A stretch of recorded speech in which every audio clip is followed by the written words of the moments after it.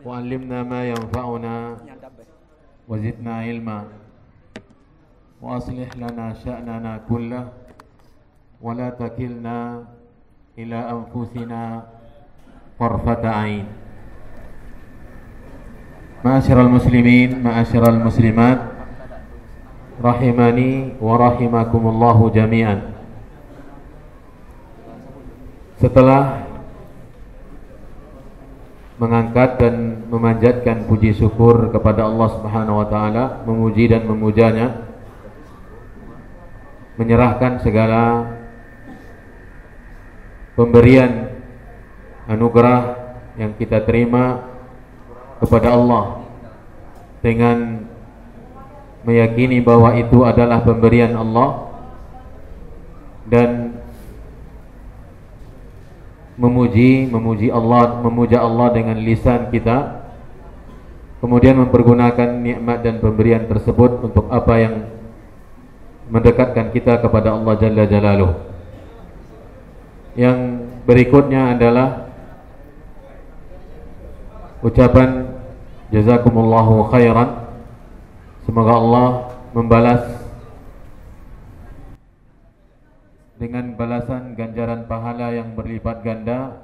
Saya mohonkan kepada Allah Subhanahu wa taala untuk para ikhwah penggerak dakwah di Curug ini, dari para asatidzah dan aktivis-aktivis dakwah yang subhanallah sangat luar biasa, dan semoga Allah Subhanahu wa taala selalu memberkahi, memberikan kekuatan, kemudahan kepada mereka untuk senantiasa bergerak dan bergerak, selalu memberikan produksi dakwah ini terus berkembang.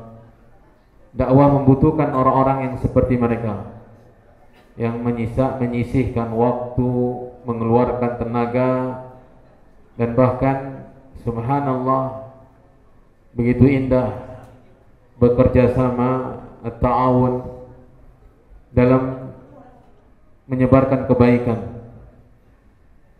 terutama untuk ustaz kita tadi yang telah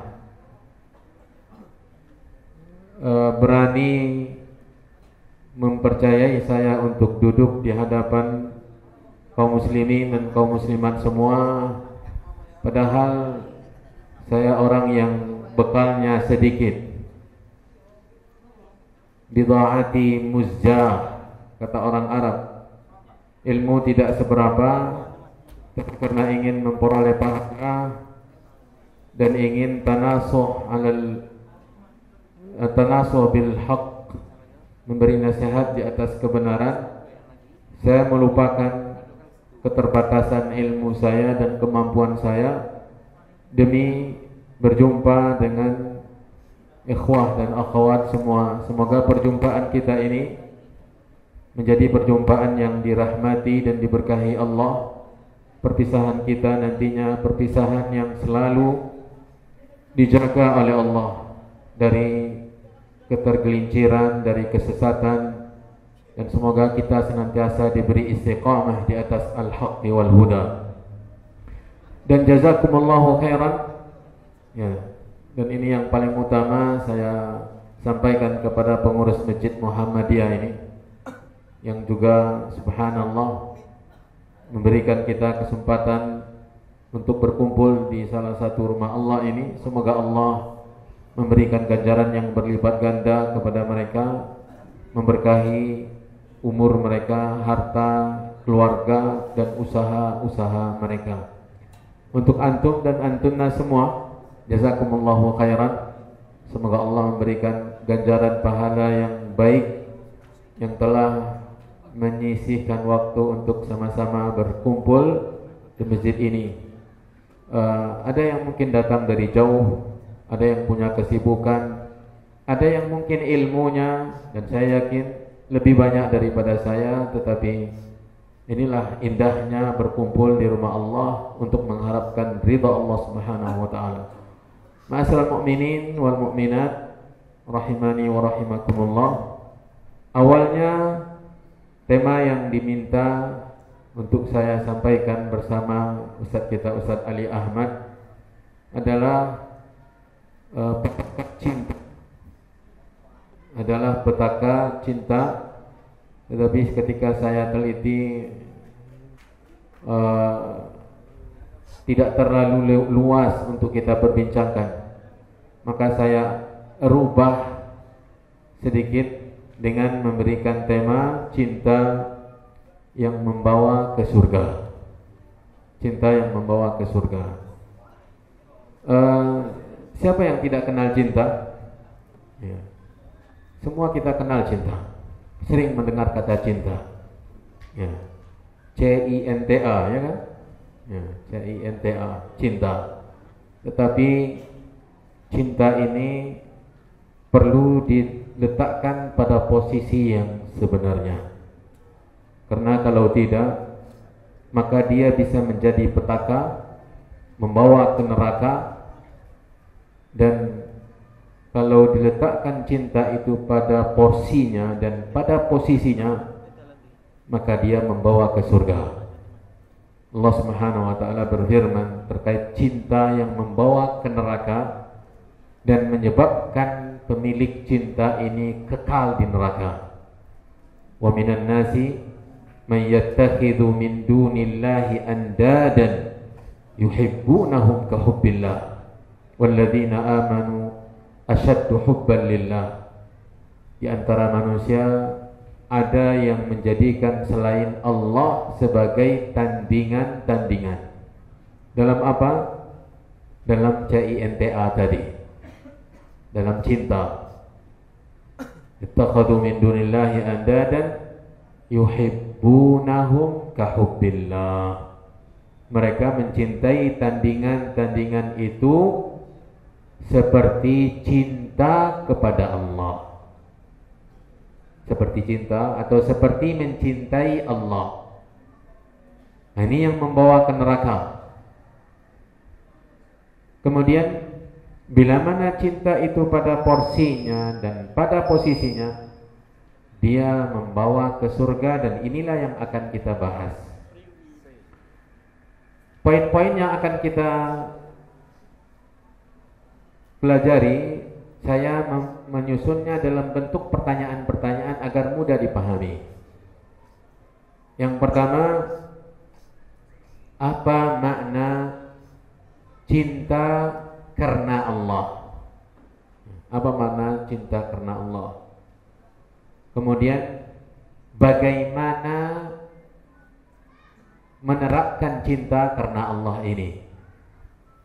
Kemudian, ketika seseorang mengatakan kepada saudaranya, saya mencintaimu karena Allah, apa buktinya? Bagaimana dia bersikap kepada orang yang dia mengikrarkan kepadanya bahwa dia mencintai orang tersebut karena Allah? Ya. Kemudian, apa tanda-tanda cinta Allah kepada saya? Nah, ini pembahasan yang terakhir. Apa tanda-tanda Allah mencintai kita? Inilah asal kita, ma'asal mu'minin wal mu'minat yang dirahmati dan dimuliakan Allah Subhanahu wa taala. Kita langsung masuk karena kita juga mempertimbangkan waktu. Cinta adalah rasa yang paling istimewa yang ada pada manusia. Rasa yang paling istimewa. Hidup tanpa cinta hambar. Hidup bagaimanapun hidupnya. Hidup berumah tangga, hidup bersaudara, hidup bertetangga, hidup bernegara. Ya. Tanpa cinta maka dia tidak ada maknanya, gersang, hampa. Makanya cinta itu sesuatu yang spesial yang ada pada manusia. Ya, yang ada manusia.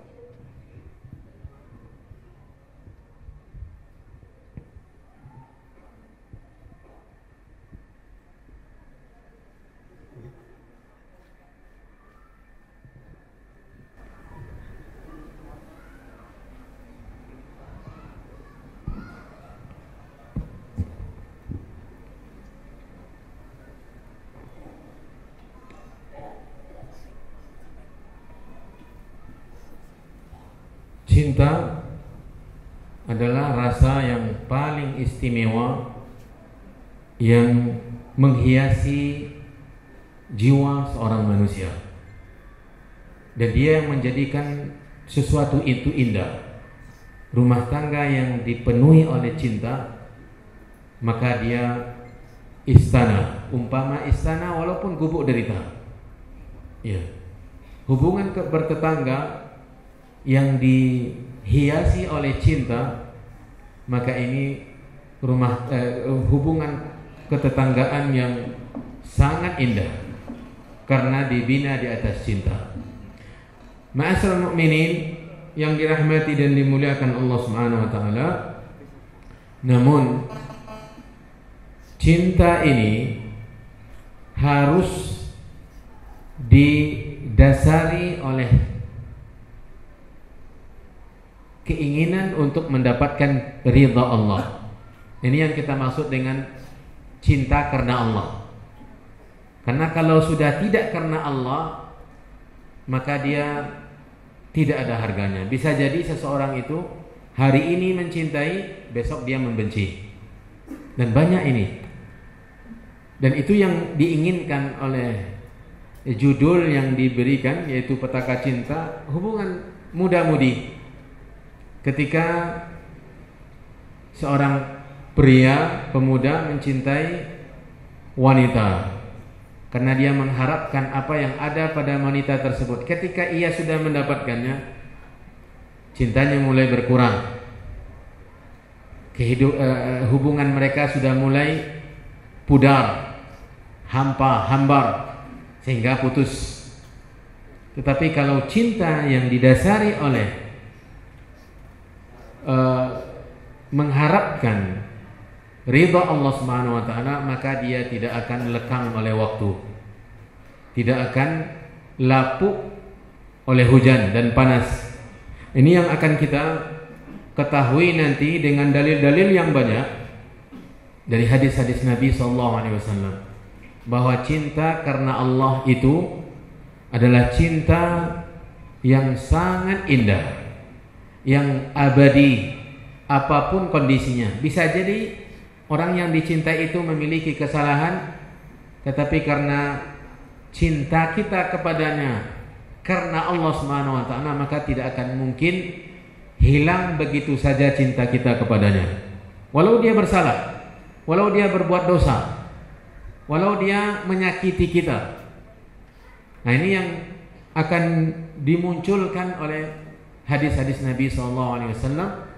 Hadis yang pertama yang menjelaskan betapa indahnya cinta karena Allah Subhanahu wa taala. Hadis yang dikeluarkan oleh Abu Dawud rahimahullahu taala dari Umar bin Khattab radhiyallahu taala an, bahwa Rasulullah sallallahu alaihi wasallam bersabda. Apa kata Nabi? Inna min ibadillah la unasan ma hum bi anbiya wala syuhada. Kata Nabi mengabarkan, ada dari hamba-hamba Allah ini orang-orang yang mereka bukan nabi dan juga bukan syuhada. Bukan nabi, bukan syuhada, itu orang-orang yang mati syahid di jalan Allah Subhanahu wa taala. Namun yaghbituhumul anbiya'u wasyuhada. Kata Nabi, justru para nabi dan para syuhada iri dengan mereka. Ya. Ghibtah dengan mereka. Yaumul qiyamah, itu pada hari kiamat kelak, para nabi dan para syuhada iri dengan keadaan mereka. Mereka ini bukan nabi dan juga bukan syuhada. Ya. Para nabi dan para syuhada iri dengan mereka pada hari kiamat disebabkan kedudukan mereka di sisi Allah Subhanahu wa taala. Qalu, para sahabat bertanya, "Ya Rasulullah, tukhbiruna man hum?" Kabari kami siapa mereka ini. Begitu tinggi, begitu mulia, begitu agung, kedudukan mereka di sisi Allah pada hari kiamat, sehingga para nabi dan para syuhada iri dengan mereka. Para sahabat penasaran dan ingin pula menjadi orang ini. Kata Nabi SAW, hum qaumun tahabbu biruhillah ala ghairi arhamin bainahum. Mereka itu adalah orang-orang yang saling mencinta karena Allah, ya. Saling mencinta karena Allah, padahal mereka tidak ada hubungan rahim, bukan kerabat, bukan saudara, tetapi karena mereka mencintai karena Allah Subhanahu wa taala, saling mencinta karena Allah. Wala amwalin yata'atawnaha, dan mereka juga tidak saling memberi. Ya. Kalau misalnya seseorang memberi kepada seseorang, muncul cinta. Ini cinta karena harta. Atau seseorang mencintai saudaranya karena dia kerabatnya, saudaranya, abangnya, pamannya. Tetapi itu semua tidak ada. Lalu mereka mencintai karena Allah atau saling mencinta karena Allah. Inilah mereka yang dikabarkan oleh Nabi SAW yang pada hari kiamat berada pada kedudukan yang mulia, yang diirikan oleh para nabi dan para syuhada. Fawallahi, kata Nabi kita, fawallah inna wujuhahum lanur, demi Allah sesungguhnya wajah-wajah mereka bercahaya, ya. Wa innahum ala nur, dan sesungguhnya mereka berada di atas cahaya.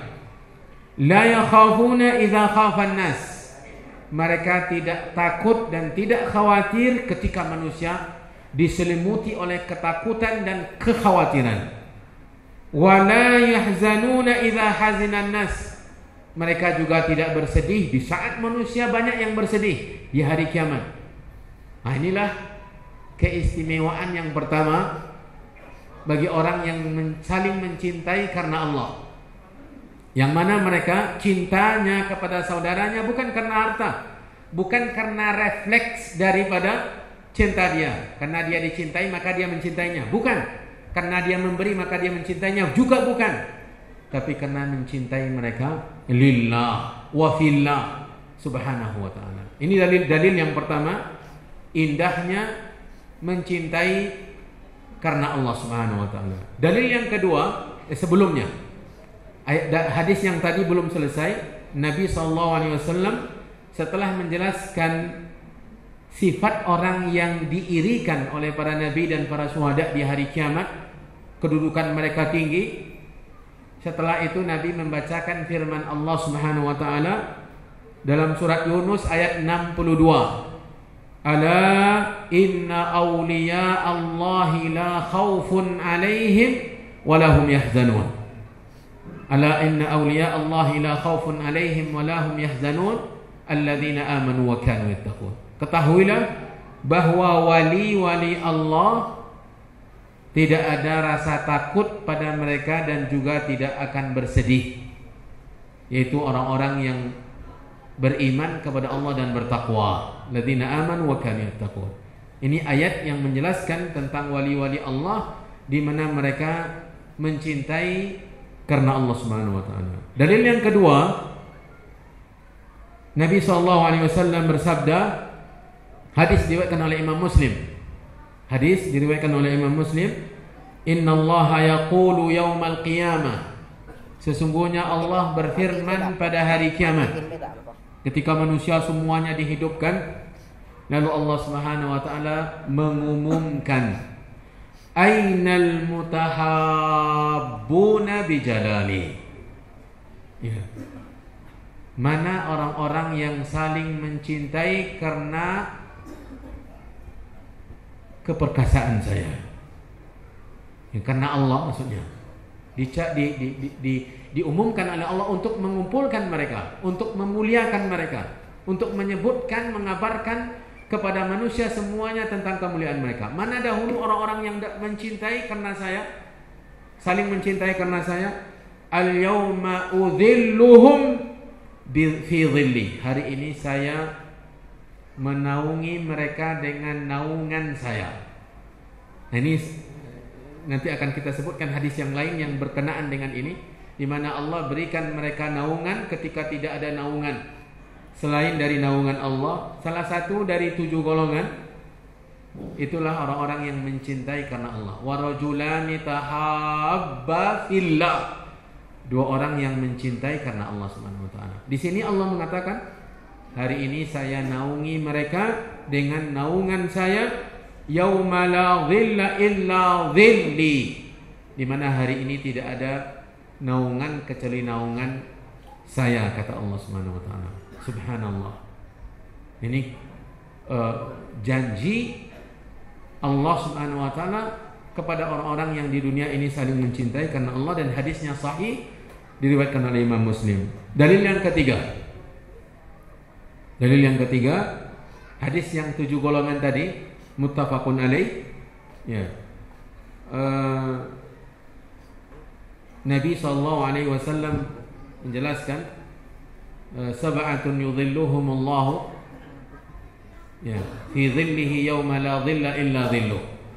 7 golongan manusia yang nanti akan diberi naungan oleh Allah, dipayungi oleh Allah Subhanahu wa taala dengan payungnya, dengan naungan dari Dia, yang ketika itu tidak ada lagi tempat untuk berteduh, tidak ada pohon untuk berteduh, tidak ada bangunan untuk berteduh, karena bumi ini atau bumi ketika itu rata, datar semuanya, hamparan yang luas.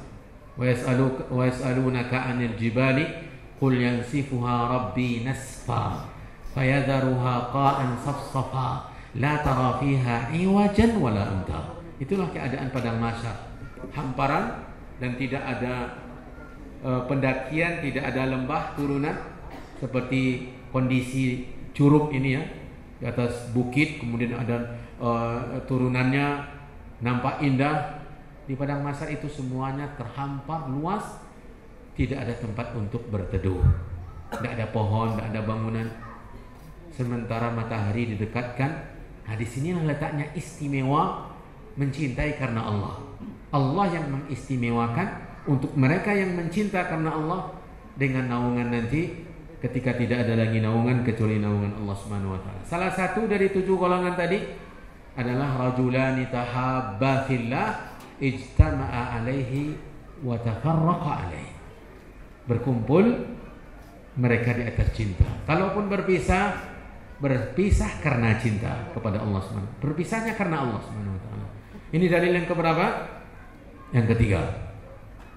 Dalil yang keempat tentang cinta karena Allah, keutamaannya, dan itu yang terakhir dalam pembahasan kita, yaitu orang yang mencintai karena Allah sudah barang tentu tidak akan lapuk oleh waktu. Dia tidak dibatasi oleh waktu.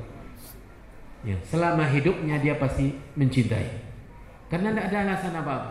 Cinta karena Allah itu bukan karena harta, bukan karena kedudukan, bukan karena satu kelompok, satu organisasi, satu kampung, satu RT, satu daerah, bukan satu bangsa. Nah, bukan itu semuanya. Dia karena Allah Subhanahu wa taala. Makanya dia tidak dibatasi oleh tempat dan tidak dibatasi pula oleh waktu. Bahkan sampai hari akhirat nanti, mereka tetap saling mencinta. Sebelum saya menyampaikan dalil tentang ini, saya ingatkan tentang hadis syafaat. Dikeluarkan oleh Imam Muslim dalam kitab sahihnya, dalam Kitabut Tauhid, dalam Kitabul Iman, tentang bab syafaat. Bukti bahwa orang yang mencintai karena Allah sampai hari kiamat dia tetap mencinta. Tentang hadis syafaat itu apa? Yaitu ketika Nabi mengabarkan bahwa orang-orang yang beriman memberi syafaat, para malaikat memberi syafaat, para nabi memberi syafaat, semua para nabi memberi syafaat. Maksudnya mengeluarkan orang-orang yang berbuat dosa besar di dunia dan dia tidak bertobat dan tidak diampuni oleh Allah nanti di akhirat, untuk masuk surga tidak akan mungkin langsung, dia pasti dibakar di neraka. Nanti akan dikeluarkan mereka ini oleh Allah Subhanahu wa taala dengan berbagai cara. Pertama dengan orang yang beriman. Inilah hasil dari cinta karena Allah. Diceritakan oleh Nabi ketika mereka yang beriman di surga ini berkumpul, kemudian mereka bertanya, mana si fulan? Ya. Makanya kita berdoa ketika kita dikumpulkan di dunia ini oleh iman, oleh kebaikan, oleh cinta karena Allah, kita berharap Allah kumpulkan pula kita nanti di surganya. Karena pasti akan berkumpul. Mereka akan bernostalgia, bercerita tentang indahnya keimanan dahulu di dunia. Mereka coba-coba melihat mana si fulan. Mereka cari-cari, tidak juga ditemukan di surga. Akhirnya Allah perlihatkan mereka di neraka. Ini cinta karena Allah. Sampai yang dicintai di dunia karena Allah itu ketika di akhirat nanti di neraka mereka akan memberikan manfaat. Ketika mereka melihat saudaranya di neraka, akhirnya mereka menghadap Allah, kata Nabi, dan menyampaikan kepada Allah, padahal Allah Maha mengetahui. Ya Allah, sesungguhnya si fulan yang kamu masukkan ke neraka itu dahulu di dunia bersama kami. Nah, disebutkanlah ibadah-ibadah yang mereka lakukan bersama di dunia. Salat berjamaah bersama, berpuasa bersama, puasa wajibnya Ramadan, puasa sunnahnya, mengaji bersama. Ya. Dan mereka meminta kepada Allah, ya Allah, keluarkanlah mereka dari neraka. Ini cinta karena Allah. Sampai kalau tidak karena Allah, tidak akan mungkin mereka memikirkan, biarlah mereka itu di neraka, kita kan sudah masuk surga. Ya, tetapi karena cinta mereka di dunia dahulu bersama karena Allah, maka akan merembet sampai ke akhirat. Kita baca ayat yang menegaskan tentang ini, yaitu terdapat dalam surat Az-Zukhruf ayat 67. Surat apa? Az-Zukhruf, surat perhiasan. Ya.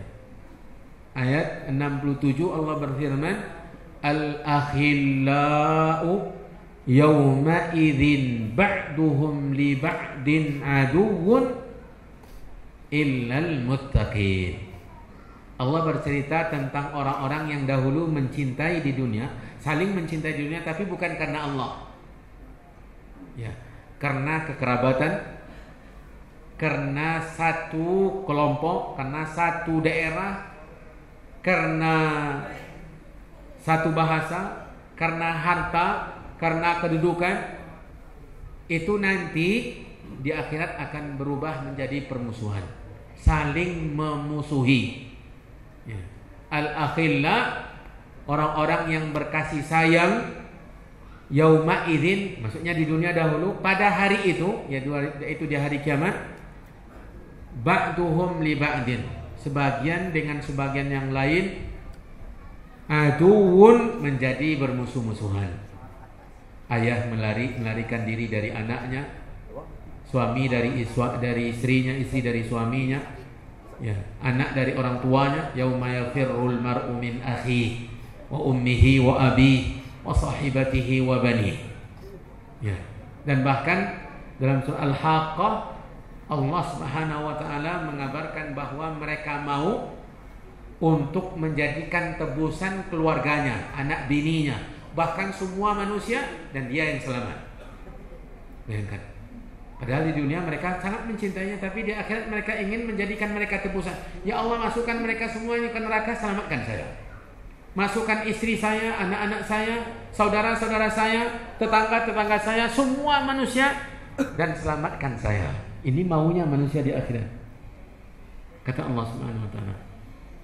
Ya. Yawaddul mujrimu yawma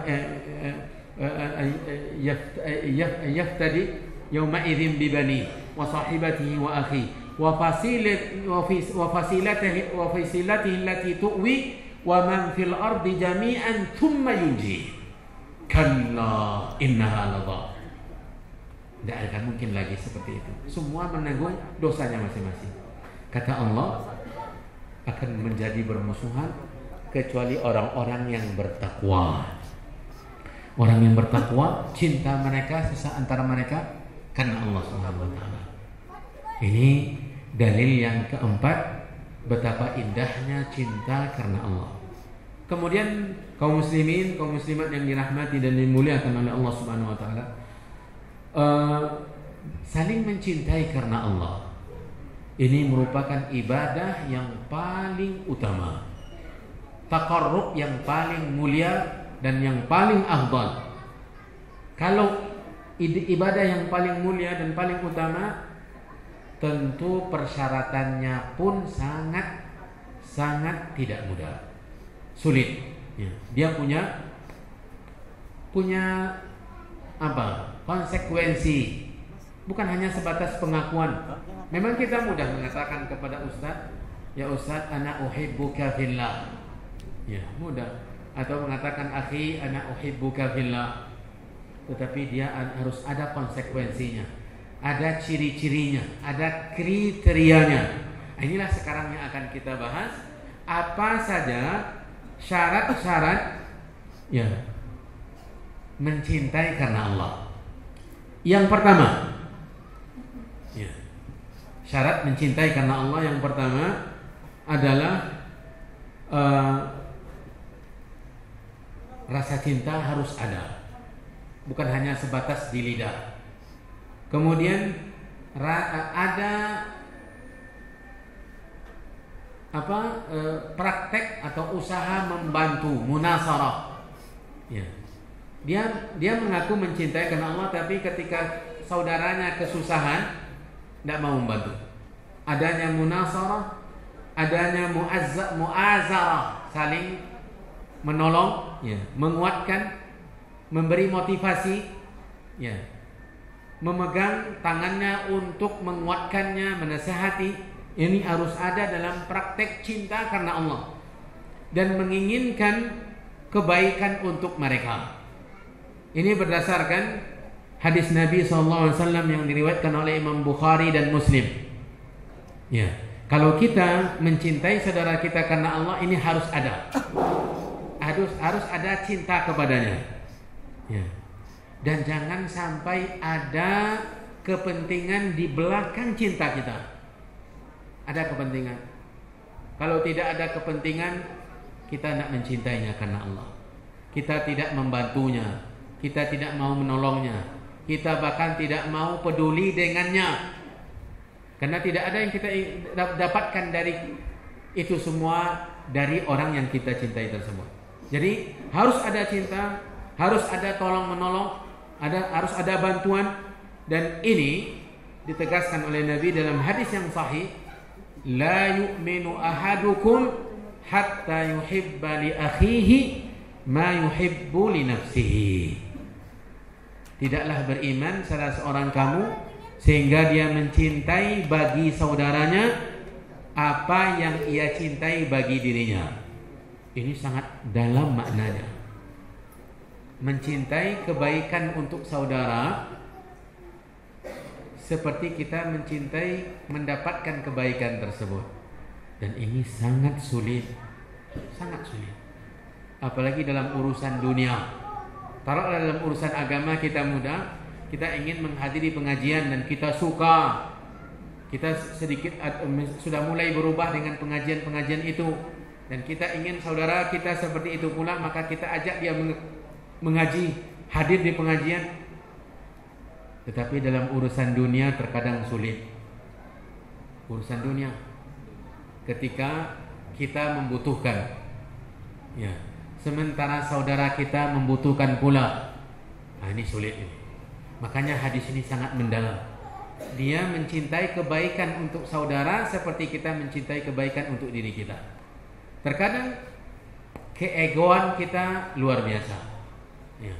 Padahal di sekitar kita masih banyak orang-orang yang membutuhkan uluran tangan kita, membutuhkan bantuan kita.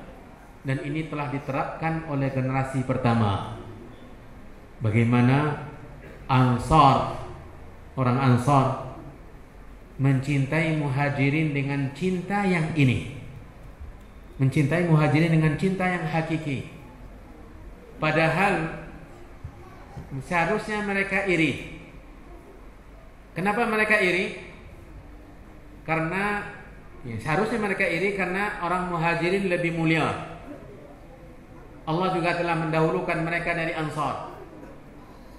Yang kedua, karena muhajirin itu hanya kebanyakan mereka menerima. Apa yang dimaksud menerima?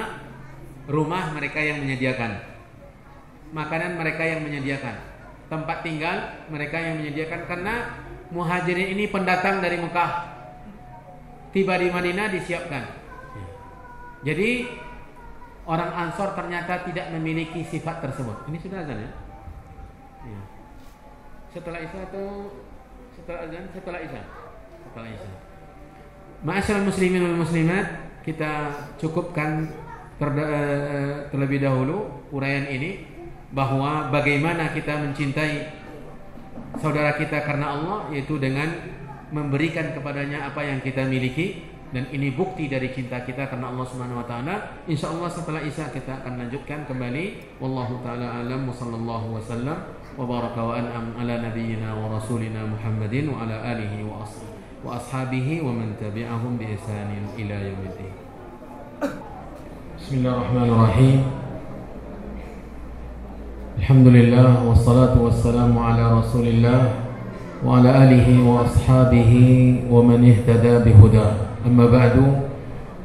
Kaum muslimin, kaum muslimat yang dirahmati dan dimuliakan Allah, kita lanjutkan pelajaran kita yang tadi terhenti dengan datangnya waktu salat Isya. Semoga Allah Subhanahu wa taala menerima dari kita ibadah kita, karena ibadah bila mana tidak diterima tidak ada guna.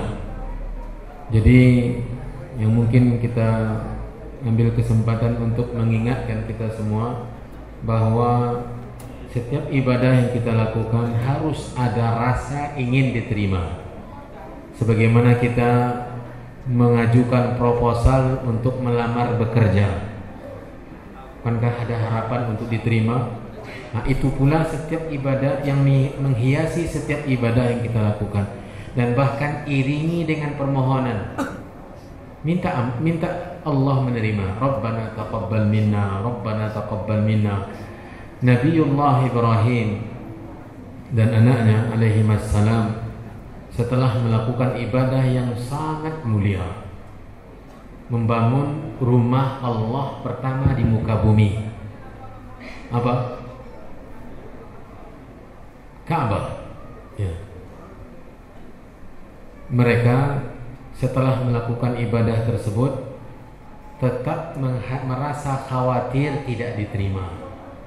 Akhirnya Allah abadikan doa mereka dengan dalam Al-Quran, yaitu Rabbana taqabbal minna, ya Allah terimalah dari kami. Kalau ini yang membuat salah seorang ulama salaf menangis.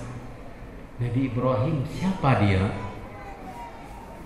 Ya, tentang keimanan, ketakwaan, ketauhidan, ya, kekuatan akidah, kemudian ibadah yang ia lakukan membangun masjid, membangun rumah Allah.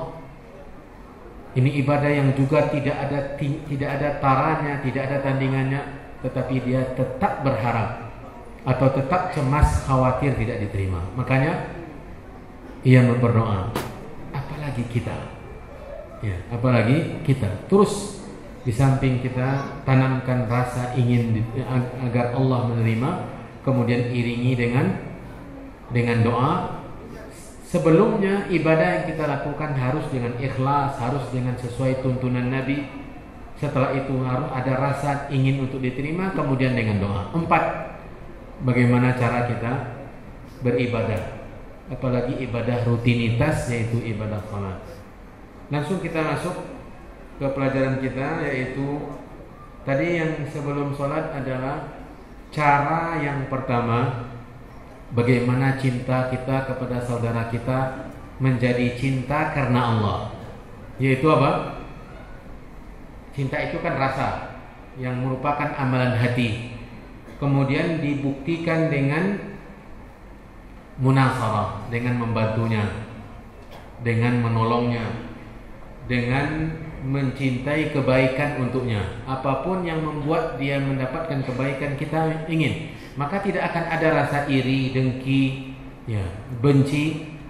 Ketika saudara kita mendapatkan kebaikan, justru kita harus berbahagia, bukan malah benci, bukan malah iri dan dengki, ya. Kemudian yang kedua, tadi untuk yang pertama dalilnya hadis sahih ya, la yu'minu ahadukum hatta yuhibba li akhihi ma yuhibbu li nafsi. Tidak sempurna iman salah seorang kamu hingga dia mencintai untuk saudaranya apa yang dia cintai untuk dirinya. Ada orang yang mungkin ada juga yang salah menerjemahkan sehingga dia mencintai saudaranya seperti dia mencintai dirinya sendiri. Bukan, tetapi mencintai untuk saudaranya apa yang dia cintai untuk dirinya. Kalau dia mencintai untuk dirinya kebaikan, menjadi orang yang taat, beribadah, rajin melakukan kebaikan, ya, maka dia seharusnya mencintai saudaranya mendapatkan yang sama. Kemudian cara yang kedua, hati-hati, ini ada pertanyaan nanti. Kok hati-hati ya? Seharusnya dianjurkan untuk mencatat, mengingat dengan baik, karena kita ini ada dua. Yang pertama yang mencatat, yang kedua Imam Bukhari. Yang berpatokan kepada hafalan, ya kan?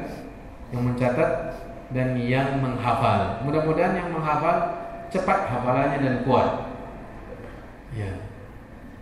Jadi bentuk yang kedua atau cara yang kedua bagaimana cinta kita kepada saudara kita karena Allah yang nantinya membawa ke surga adalah dengan at-tawasi bil haqqi was sabri, yaitu saling menasihati dengan kebenaran dan kesabaran dan menunaikan nasihat, menyuruh amal ma'ruf nahi munkar. Ya, ini luar biasa ya. Untuk amal ma'ruf nahi munkar ini sulit. Ini sulit sekali.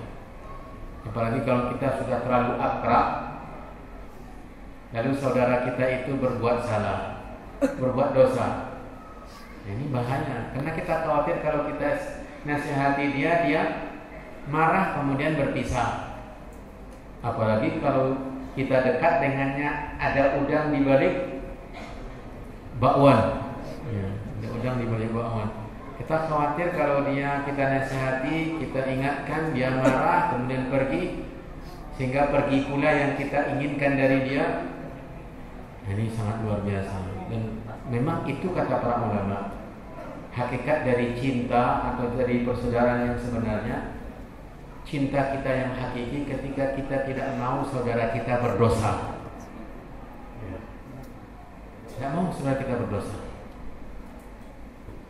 Apalagi saudara yang benar-benar spesial. Nah, para penggerak dakwah ini kita ingatkan, jangan biarkan saudara kita berbuat salah. Kalau dia salah, maka gerakan dakwah kita terhoyong-hoyong jalannya. Karena dakwah ini akan tersendat-sendat nantinya kalau salah seorang dari penggerak dakwah ini banyak dosanya. Nasihati agar dakwah ini terus berjalan lancar. Dan saya ingatkan juga, seharusnya kita peka dalam seperti acara yang seperti ini. Kita harus memberikan atau mengenali orang-orang yang memiliki hak. Ini termasuk penghubung yang sangat erat ketika kita mengenali si empunya hak. Kalau dia punya hak, maka jangan kita letakkan orang lain yang tidak berhak untuk mendapatkan posisinya. Ini kecerdasan atau kebijakan dalam berdakwah, dalam bergaul. Ya, dalam bergaul, agar dakwah kita tidak terhenti dengan sikap kita. Karena banyak orang-orang yang merasa di atas kebenaran, ternyata dia yang membuat terhalanginya orang dari menerima kebenaran. Itu loh. Pengajiannya kalau isinya bagus, tetapi sikap jamaahnya tidak bagus. Jadi orang tidak mau menerima dakwah karena sikap kita. Makanya yang seharusnya menerapkan dan mempraktekkan kajian-kajian yang tujuannya memang merubah sikap manusia, adalah orang yang sudah lama mengaji. Dari akhlaknya, ibadahnya, ya, etikanya, muamalahnya ini harus diperbaiki. Kembali kita kepada poin yang kedua tadi, memberi nasihat di atas kebenaran, amar ma'ruf nahi mungkar harus ditegakkan karena cinta, bukan karena benci. Terkadang ada orang nahi mungkar tetapi matanya merah, oh ya, suaranya keras. Ini nahi mungkar tetapi bukan karena cinta. Bukan karena cinta. Justru ketika saudaranya itu dibongkar aibnya di hadapan orang banyak, dia bergembira. Apalagi kalau menceritakan dai. Ada kajian, kalau isi kajian itulah menyinggung orang-orang tertentu, kesalahan-kesalahannya dan penyimpangan-penyimpangannya, maka terasa enak kajiannya. Ini tidak benar. Ya. Memang ada waktunya dan ada saatnya, tapi kalau itu kerjanya akan menggersangkan hati, bukan semakin takut kepada Allah, semakin memperbaiki akidah ibadah. Nah, ini juga harus diingatkan dalam cinta karena Allah. Ya. Kemudian dalam hal ini pedoman kita adalah firman Allah dalam surat Al-Asr, yaitu wal asri innal insana lafi khusrin illa alladhina amanu wa amilus solihati wa tawasaw bil haqqi wa tawasaw bis sabri. Demi masa sesungguhnya manusia itu benar-benar berada di atas kerugian kecuali orang yang memiliki 4 kriteria. Pertama iman, kedua amal saleh, kemudian memberi nasihat di atas kebenaran dan memberi nasihat di atas kesabaran. Ini yang pasti tidak rugi. Kemudian yang ketiga, kriteria cinta yang membawa ke surga. Yang ketiga, yaitu yang karena Allah, adalah melakukan hal-hal yang menambah rasa cinta. Melakukan perbuatan-perbuatan yang akan menambah cinta kita, ya, menambah eratnya hubungan. Harum ya, jazakallahu. Dan menunaikan hak. Ini juga melakukan hal-hal yang membuat semakin suburnya cinta antara kita karena Allah SWT. Seperti yang ditegaskan dalam hadis. Ya. Hadis riwayat Muslim bahwa hak seorang muslim atas seorang muslim ada 6, dalam riwayat lain ada 5. Ya. Nah, ini dipraktekkan akan semakin berkembang atau semakin besar rasa cinta di antara kita. Haqqul muslimi 'alal muslimi sittun idza laqitahu fasallim alaihi. Ini yang pertama. Apabila engkau menjumpainya atau berjumpa dengannya, ucapkan salam. Menyebarkan salam menumbuhkan rasa cinta. Apalagi salam itu diiringi dengan tasafuh, berjabatan. Ya. Maka Nabi dalam hadis yang lain Nabi bersabda, tasafahu yadhhabil ghillu wal ghishu an qulubikum. Berjabat tanganlah kalian, niscaya akan terkikis habis ghil, rasa benci, dengki dari hati kalian. Berjumpa bukan saling melengok, yang satu ke kiri, yang satu ke kanan, akhirnya bertabrakan. Bukan. Saling mengucapkan salam. Assalamualaikum. Subhanallah. Kemudian salamnya bukan kepada yang dikenal. Ini yang sama kajiannya. Ciri-cirinya kok sama? Assalamualaikum. Yang tidak ada ciri-ciri itu melengok saja, menoleh ke tempat yang lain. Ini bukan. Bila mana salam itu dikhususkan kepada yang dikenal, baik dikenal orangnya, namanya karena sahabat dekat, teman dekat, atau dikenal ciri-cirinya.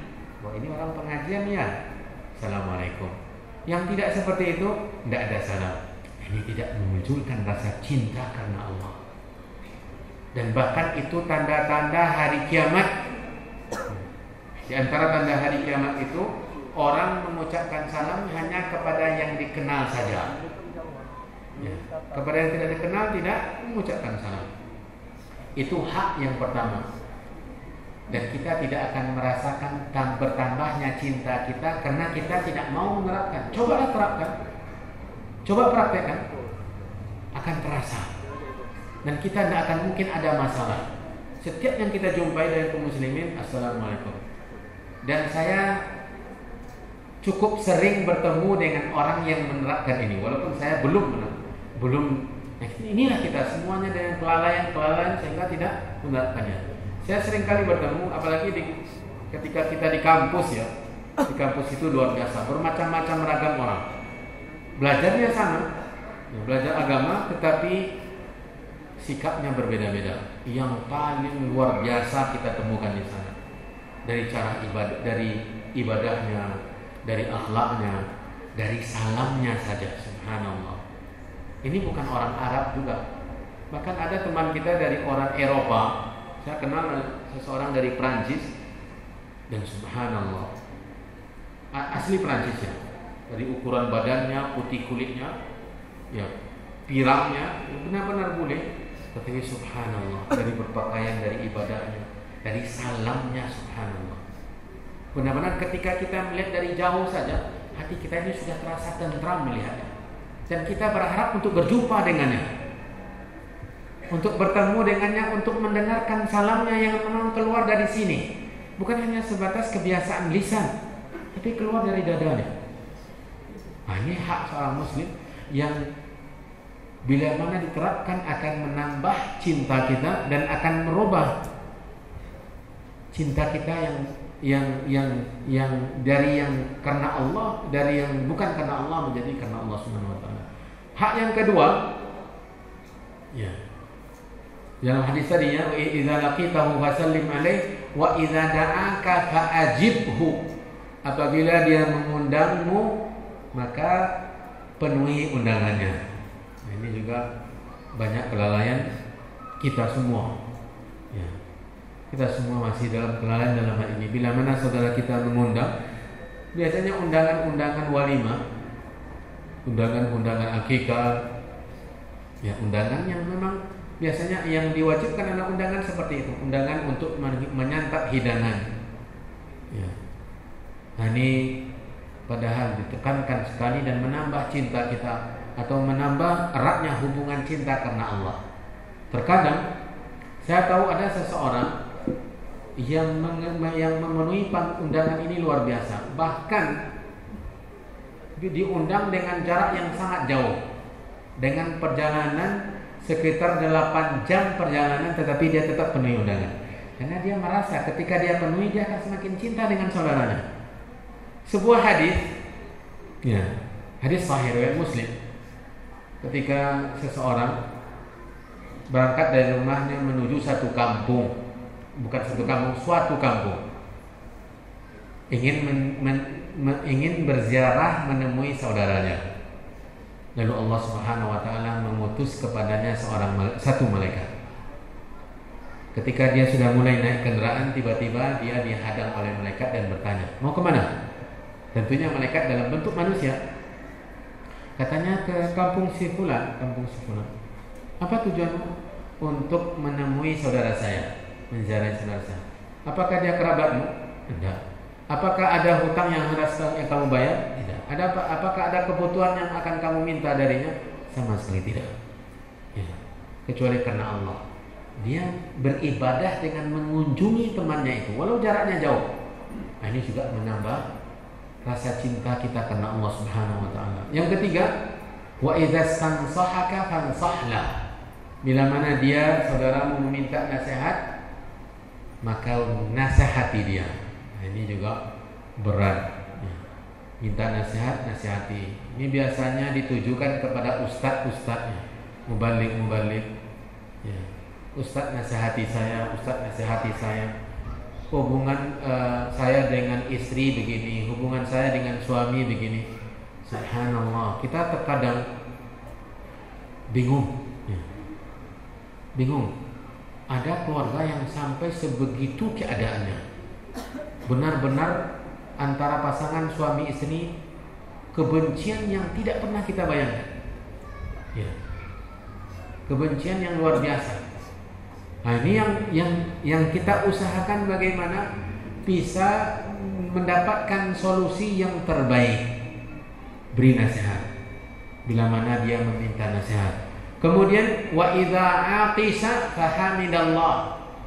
Ya, fasyamid ini juga hak yang kita sering lalaikan. Ketika dia bersin, dia mengucapkan alhamdulillah. Akan menambah cinta kita kepadanya karena Allah ketika kita mentasmidnya, yaitu mengatakan yarhamukallah, dan dia juga karena cinta mengatakan yahdikumullah wa yuslihu balakum. Terasa indah hubungan sesama kita.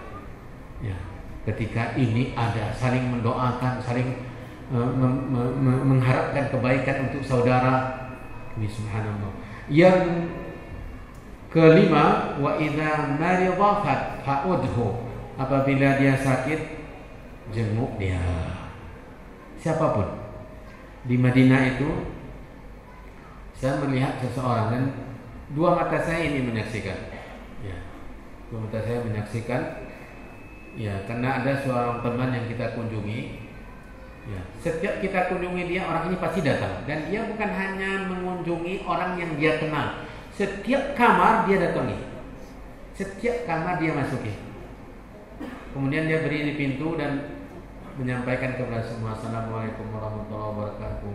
Saudara-saudara saya yang sedang sakit, siapapun kalian, saya benar-benar berharap kepada Allah didoakannya kesembuhan, diangkat penyakitnya dengan membaca doa Rabban nas azhibil ba'sa isfi anta syafi ila shifaa illa shifa'u shifaan la yughadiru saqama. Allah meminta kepada asallahu al-azim Rabbal arsyil karim an yashfiyaka, kemudian mengharapkan balasan pahala yang besar.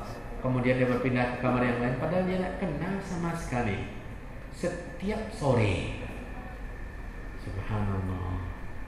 Sementara kita yang kita kenal saja kita tidak mengunjungi. Keluarga kita tidak mengunjungi.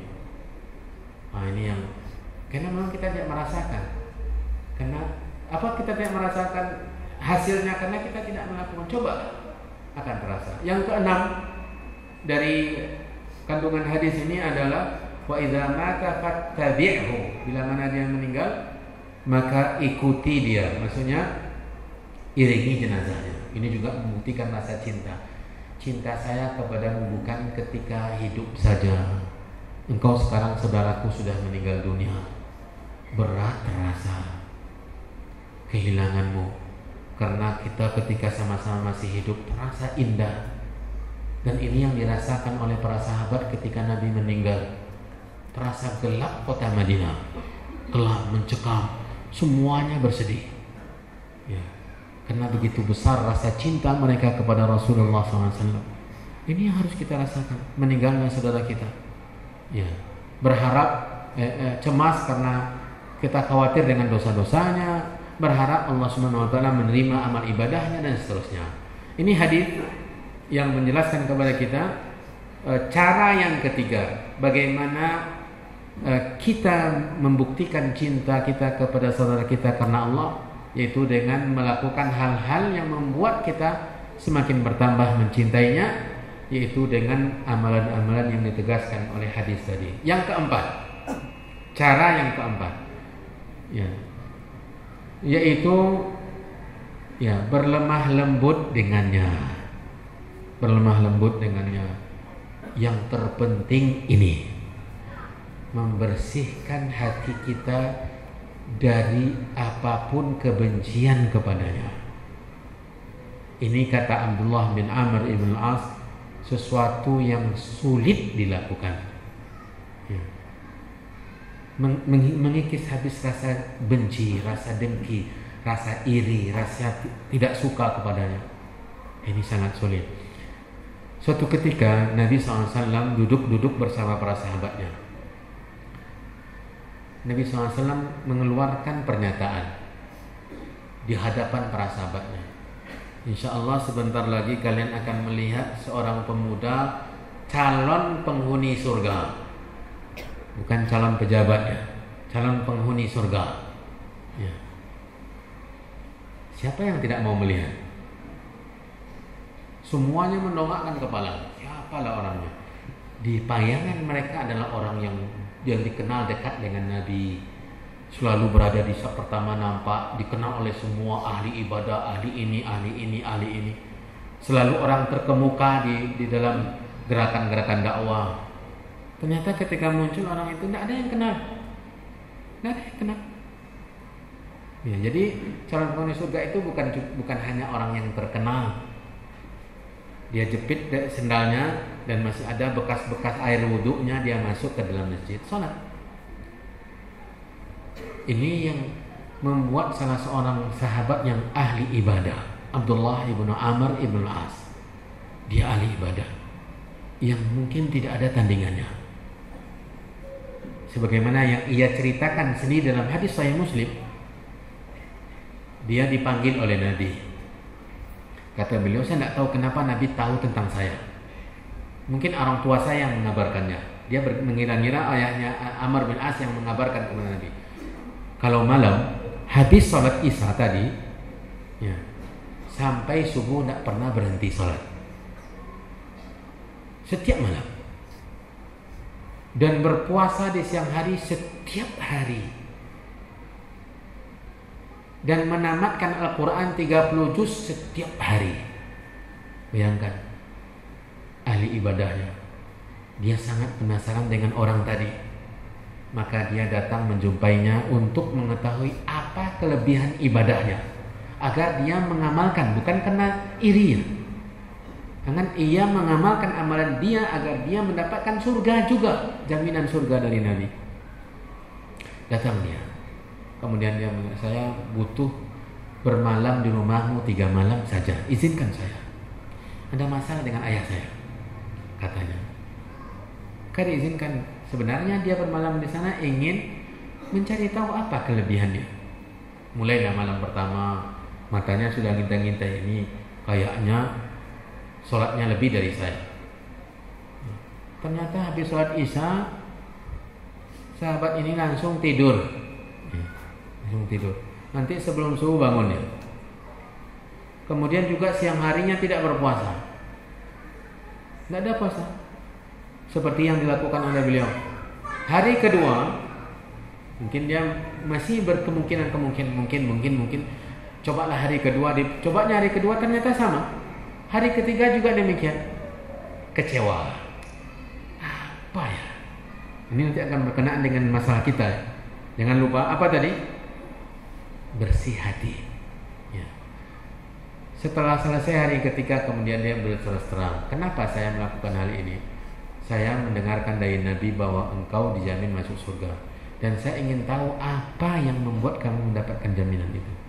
Sementara selama 3 hari 3 malam saya tidak melihat ibadahmu yang spesial. Ya. Kemudian dia pergi. Kata orang sahabat ini, apa yang kamu lihat itulah aktivitas harian dan malam saya. Kemudian dia pergi, sedikit penasaran, masih belum puas. Setelah dia agak jauh, kemudian dipanggil lagi. Saudaraku, kalau memang itu yang membuat kamu penasaran, maka yang saya lakukan sebenarnya begini. Kata beliau, tidaklah setiap malam ketika saya hendak tidur, kecuali saya telah bersihkan hati saya dari kebencian kepada seorang pun. Ini bukan yang kita bahas. Yang kita ambil pelajaran di sini adalah ungkapan Abdullah bin Amr bin As. Kalau inilah yang sulit kita kerjakan. Jadi ini yang sangat diperhatikan oleh para ulama, para salaf, yaitu bagaimana menjaga hati. Jaga hatimu. Ya, menjaga hati ini sangat susah. Nah, ini yang tadi, yaitu menjaga bersihnya hati kita kepada saudara kita. Kemudian talaqatul wajhi, berseri-seri wajah ketika berjumpa. Ya, jangan diremehkan. Padahal Nabi SAW mengatakan, jangan la tahqiranna minal ma'rufi syai'an hadis riwayat Muslim, walau an talqa akhaka biwajhin talqin. Jangan kamu remehkan kebaikan sedikit pun, walau hanya sekedar berjumpa dengan kawanmu, kamu bukan bermanis muka ya, tapi bermanis muka itu buruk artinya benar ya? Manis muka orang menyimpan sesuatu kemudian di hadapan dia bermanis muka. Bukan itu maksudnya. Dengan wajah yang berseri-seri. Ya, karena itu dalam hatinya, itu yang ada dalam hatinya sehingga tidak ada yang lain. Itu yang muncul di wajahnya. Ya. Kemudian Ibnu Taimiyah memberikan komentar terhadap hadis tadi. Karena siapa di antara kita yang tidak pernah bertengkar? Pasti ada pertengkaran, pasti ada gesekan-gesekan. Kalau kita hidup pasti akan ada gesekan. Jangankan di antara kita, di antara para sahabat Nabi ada gesekan-gesekan, ada perkelahian.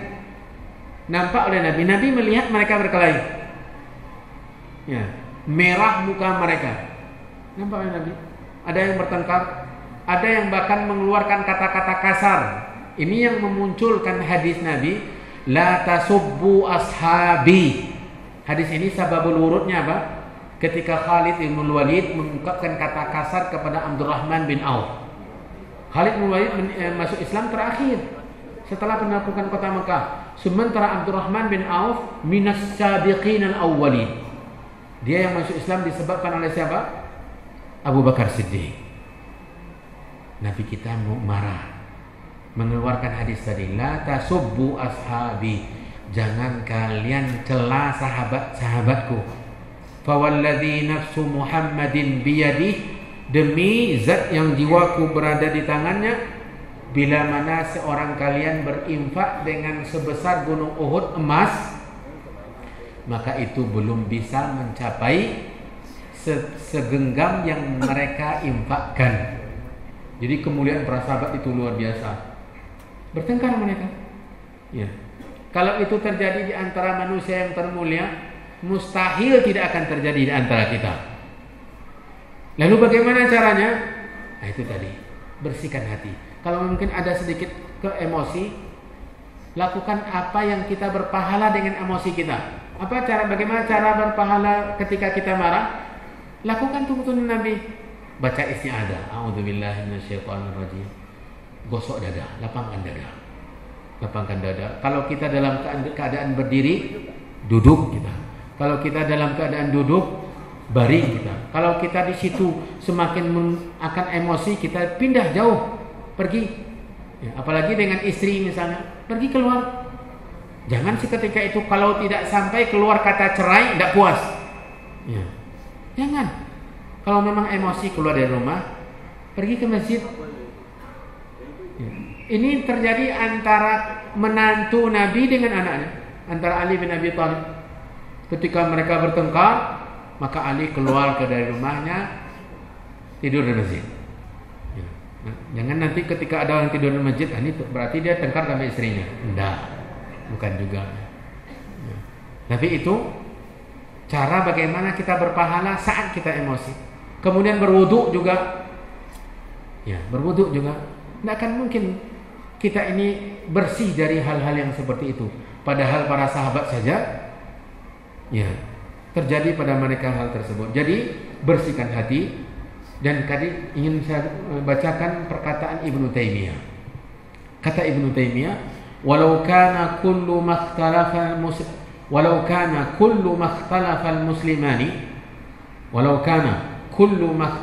muslimani fi syai'in tahajara. Kalaulah setiap kali dua orang muslim ketika mereka bertengkar, mereka langsung tidak sapa-sapaan, langsung memutuskan hubungan, ya, lam yabqa bainal muslimina ismah wala ukhuwah, maka tidak akan ada seorang muslim pun yang akan berhubungan lagi. Karena semua kita pasti akan ada masalah. Ya. Kalau setiap kali kita bertengkar, maka kita sudah putuskan hubungan dan tidak mau sapa menyapa lagi dan tidak lagi berhubungan dengan dia selama-lamanya, maka kita tidak akan berhubungan dengan seorang pun selama hidup kita. Karena kita akan pasti bermasalah dengan siapapun juga. Ini luar biasa. Kemudian kita masih ada beberapa cara, tetapi kita lompat. Kita masuk ke hal yang berikutnya. Bagaimana kita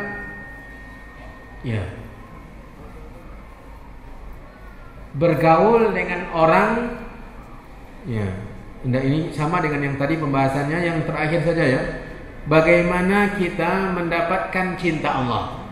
Ini termasuk cinta yang membawa ke surga. Kalau kita sudah dicintai oleh Allah, pasti kita ke surga. Tapi bagaimana caranya agar kita juga dicintai oleh Allah Subhanahu wa taala? Yang pertama, karena banyak orang yang mengaku mencintai Allah,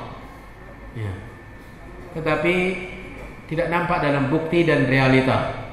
Maka perlu kita angkat ini, karena cinta kita kepada Allah itu yang akan membawa ke surga. Tetapi cinta yang bagaimana? Inilah tanda-tandanya.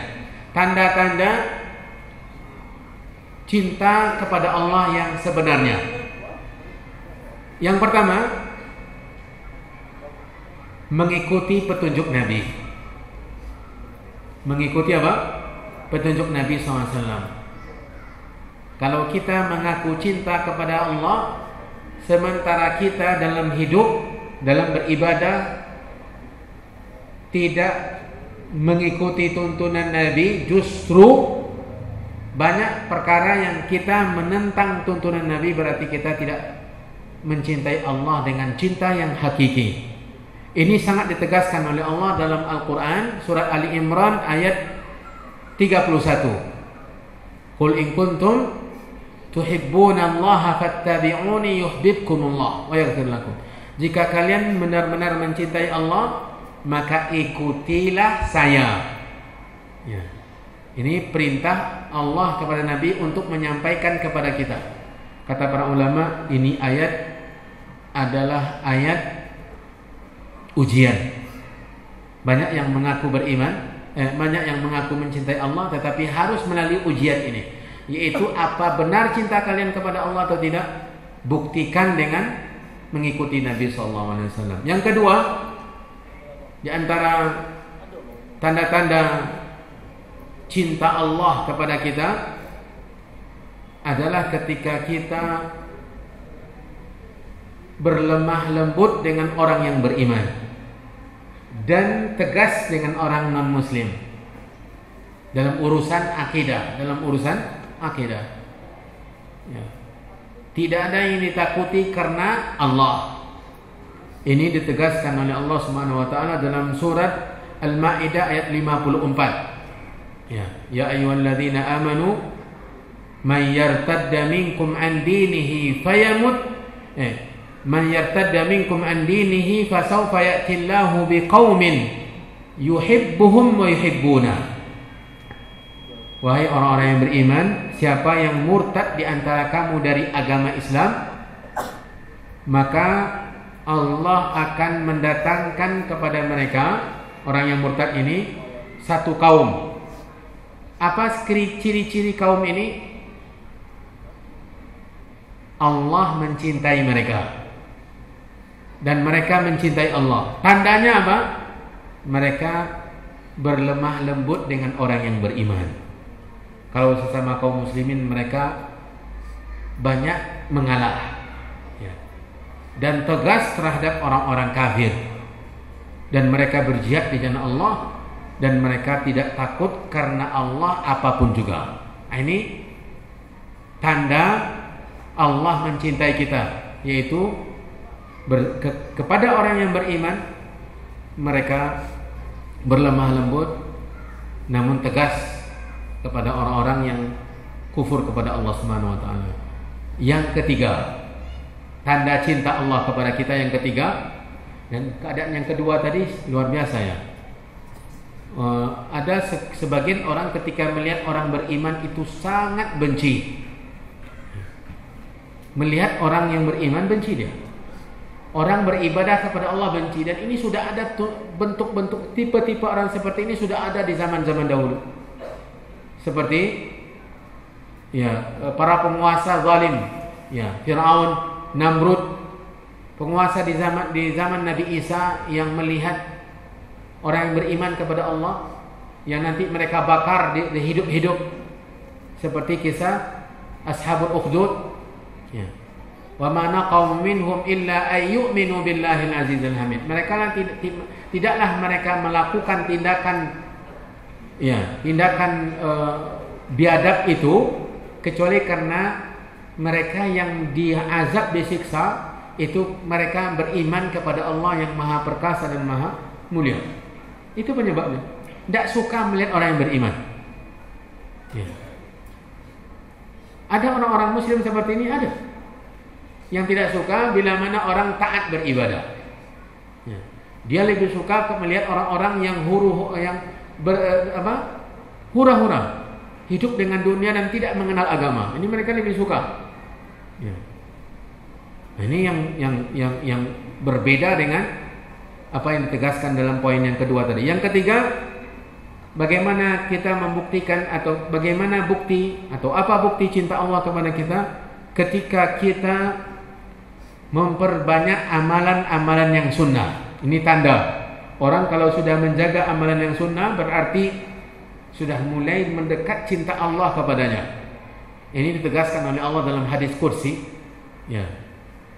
Wala yazalu abdi, ya. Wa ma taqarraba, awalnya wa ma taqarraba ilayya abdi bi syai'in ahabbu ilayya mimma aftaradtuhu alayhi.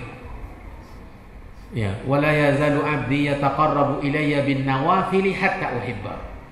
Yang kita inginkan adalah wala yazalu abdi yataqarrabu ilayya bin nawafil.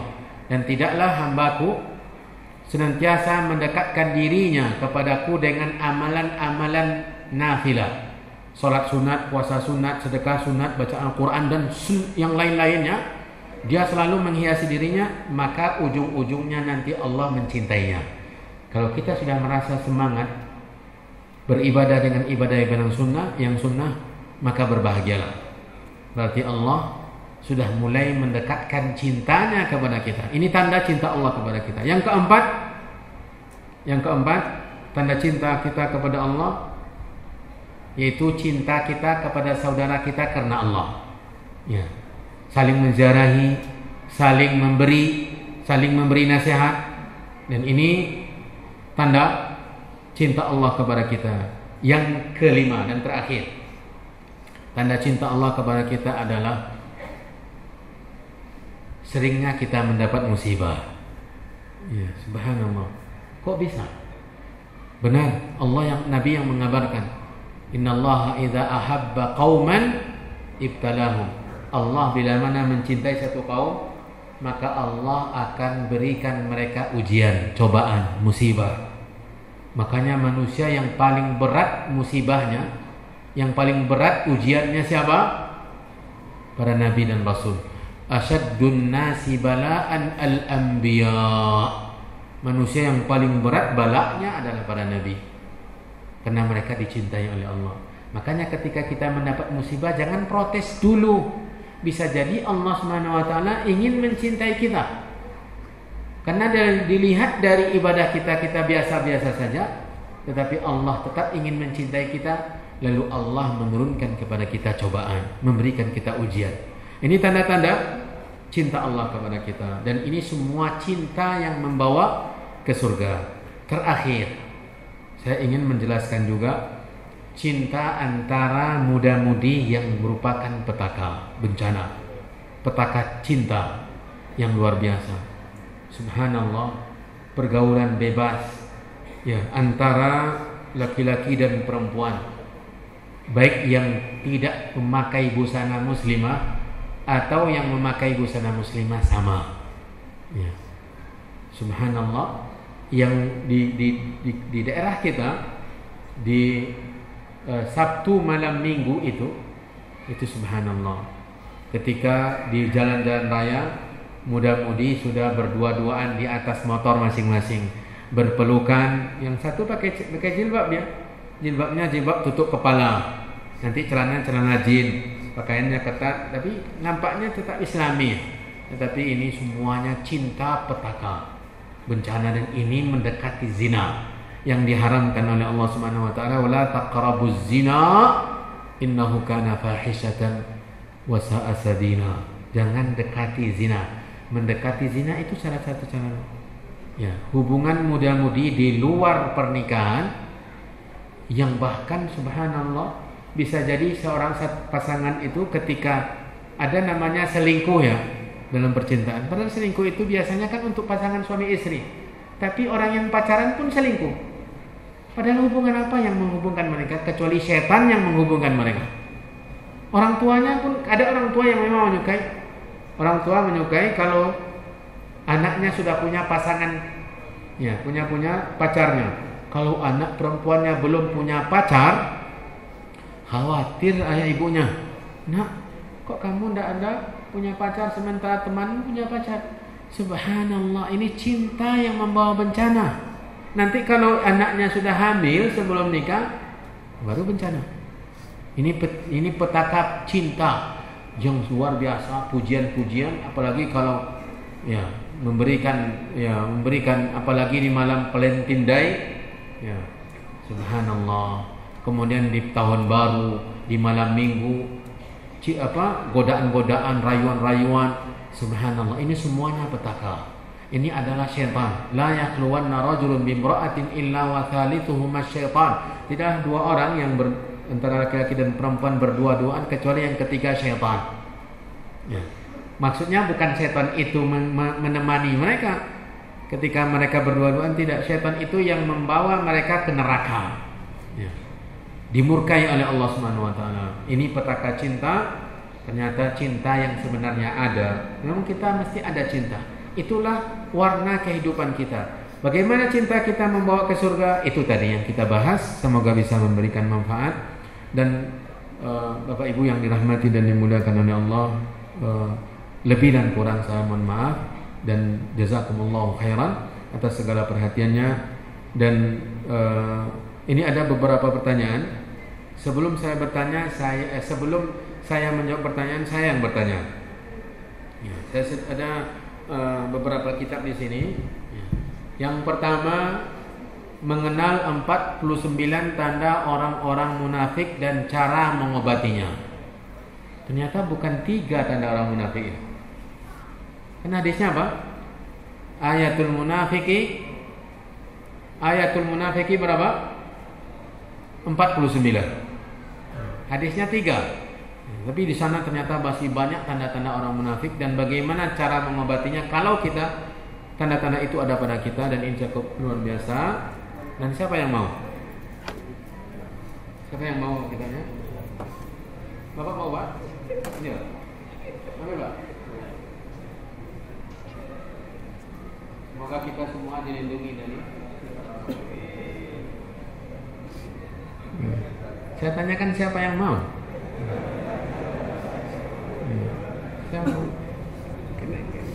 Kenapa tidak ada yang menunjuk? Karena takut pertanyaan. Yang saya tanya siapa yang mau? Nah, sekarang baru pertanyaan. Ya. Pertanyaan saya, sebutkan satu saja. Sangat mudah sekali. Sebutkan satu saja dari hak-hak atau bukti-bukti kita mencintai saudara kita karena Allah. Sudah dari awal menunjukkan sangat tinggi ya. Hah? Ya. Dan saya memang melihatnya dari awal. Ya. Barakallahu fiik. Pertanyaannya subhanallah bagus sekali ya. Pertanyaan belum didengar tapi sudah siap menjawab. Baik, sebutkan satu saja dari tanda-tanda kita mencintai saudara kita karena Allah. Satu saja. Saya minta satu cuma.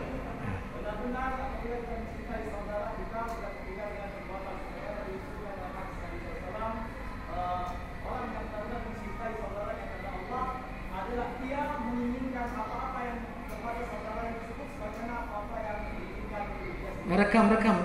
Ini bagus sekali nih. Barakallahu fiik. Berhak mendapatkan hadiah. Ya, saya puas sekali. Makanya saya kasih hadiah yang besar, sifat salat Nabi SAW. Ya, silakan. Sampaikan ke. Pertanyaan kedua. Sebutkan satu saja dari bukti Allah mencintai kita. Banyak benar. Saya bingung juga memilih. Ya. Mana yang menunjuk? Saya lihat wajahnya aja. Dari awal menunjuk, Pak. Ya, Bapak berlebih dari yang lain karena berdiri. Tafadhol, silakan jawab. Sebutkan satu. Tidak dengar saya. Waalaikumsalam warahmatullahi wabarakatuh. Ya.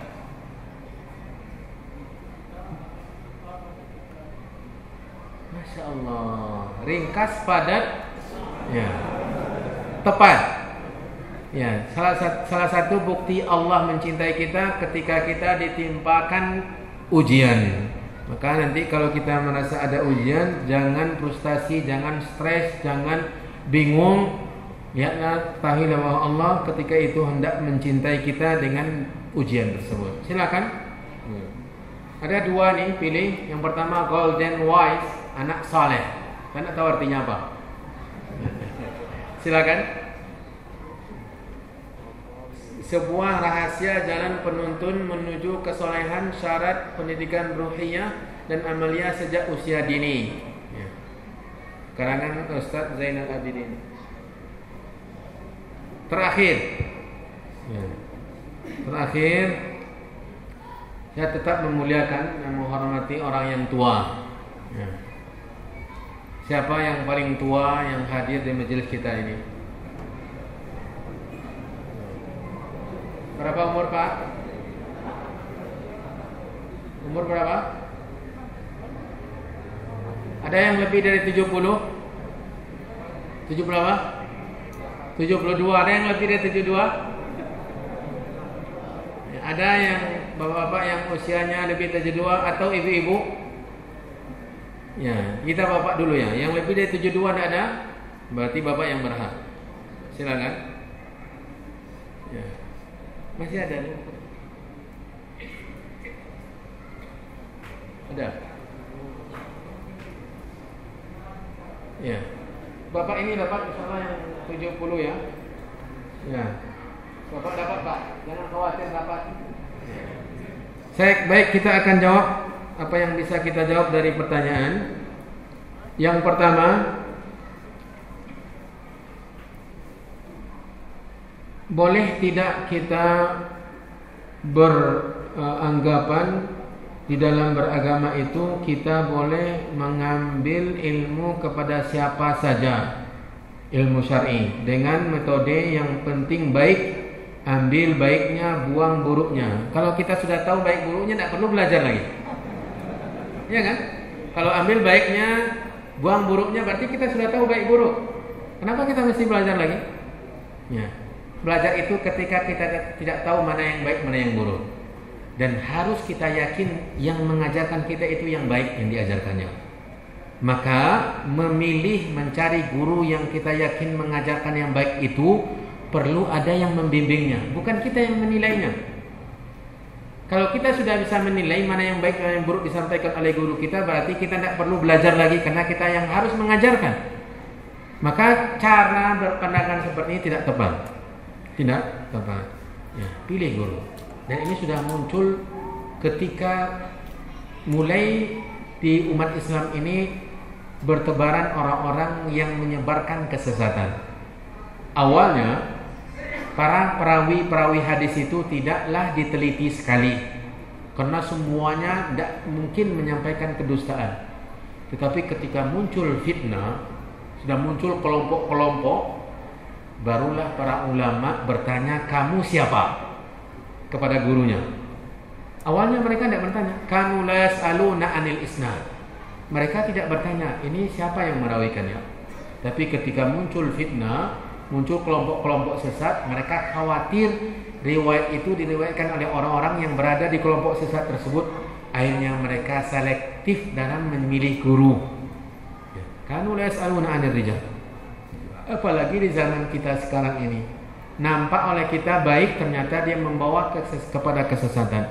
Maka intinya pandai-pandai memilih siapa yang mengajarkan kita agama yang kita yakin dia membawa ke surga, bukan sebaliknya.